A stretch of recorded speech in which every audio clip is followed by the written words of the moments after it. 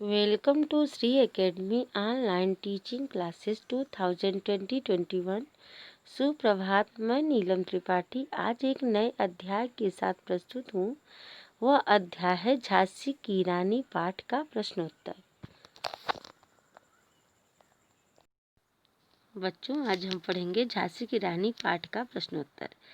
किंतु कालगत चुपके चुपके काली घटा घेर लाई, इस पंक्ति में किस घटना की ओर संकेत है? इस पंक्ति में झांसी के राजा और रानी लक्ष्मीबाई के पति गंगाधर राव की आकस्मिक मृत्यु की ओर संकेत किया गया है। किंतु कालगत चुपके चुपके काली घटा घेर लाई, काली घटा घिरने की बात क्यों कही गई है? रानी लक्ष्मीबाई के पति गंगाधर राव की आकस्मिक मृत्यु हो जाने के कारण रानी के जीवन में काली घटा घिरने की बात कही गई है। राजा की मृत्यु के कारण रानी असमय विधवा हो गई थी और साथ ही राजा की अपनी कोई संतान न होने के कारण अंग्रेजों का झांसी पर कब्जा करने का मौका मिल गया था। कविता की दूसरी पंक्ति में भारत को बूढ़ा कहकर और उसमें नई जवानी आने की बात कहकर सुभद्रा कुमारी चौहान क्या बताना चाहती हैं? उत्तर, हमारे भारतवर्ष के गुलाम होने के कारण एक तरह से चारों ओर मायूसी वाला वातावरण बन गया था। भारतीय वीरों का साहस कमजोर हो गया था। सभी अपने को असहाय महसूस करने लगे थे। ऐसा लगता था मानो सारा देश ही बूढ़ा हो गया। परंतु ऐसे बोझिल वातावरण में झांसी की रानी के आने से देश में एक नए उमंग का वातावरण बन गया। लोगों में संघर्ष की नई भावना जागृत हुई। एक बार लोग पुनः स्वतंत्रता प्राप्ति की ओर प्रयत्न करने लगे। यही बात सुभद्रा कुमारी चौहान प्रयुक्त पंक्ति द्वारा बताना चाहती हैं।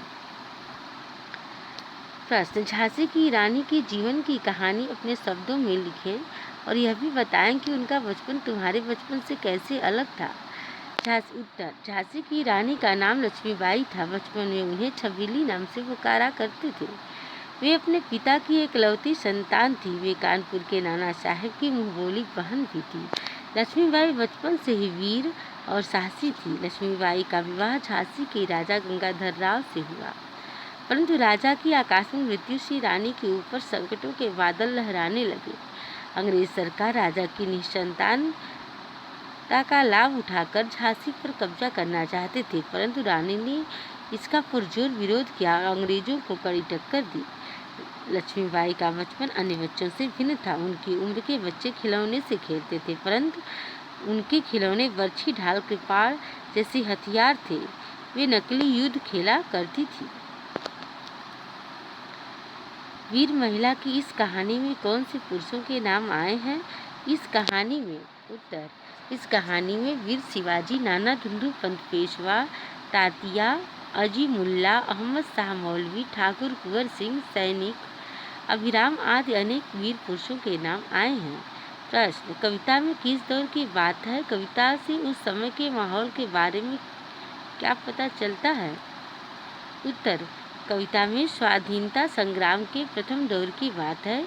कविता में उस समय के माहौल के बारे में यह पता चलता है कि अंग्रेजों ने धीरे धीरे अपना साम्राज्य हमारे देश में फैला लिया था। उस समय भी हमारे देश में स्वतंत्र होने की भावना के बीच फूट जरूर रहे थे, परंतु संगठन का अभाव, राजाओं की स्वार्थ प्रवृत्ति, आपसी फूट आदि के कारण हमारा आंदोलन सफल न हो पाया। ऐसी विषम परिस्थिति में भी झांसी की रानी लक्ष्मीबाई और कुछ अन्य वीरों ने स्वतंत्रता की चिंगारी को सुलगाने का अभूतपूर्व प्रयास किया। तो आशा है बच्चों आप इनके प्रश्न उत्तर को समझ चुके होंगे। धन्यवाद।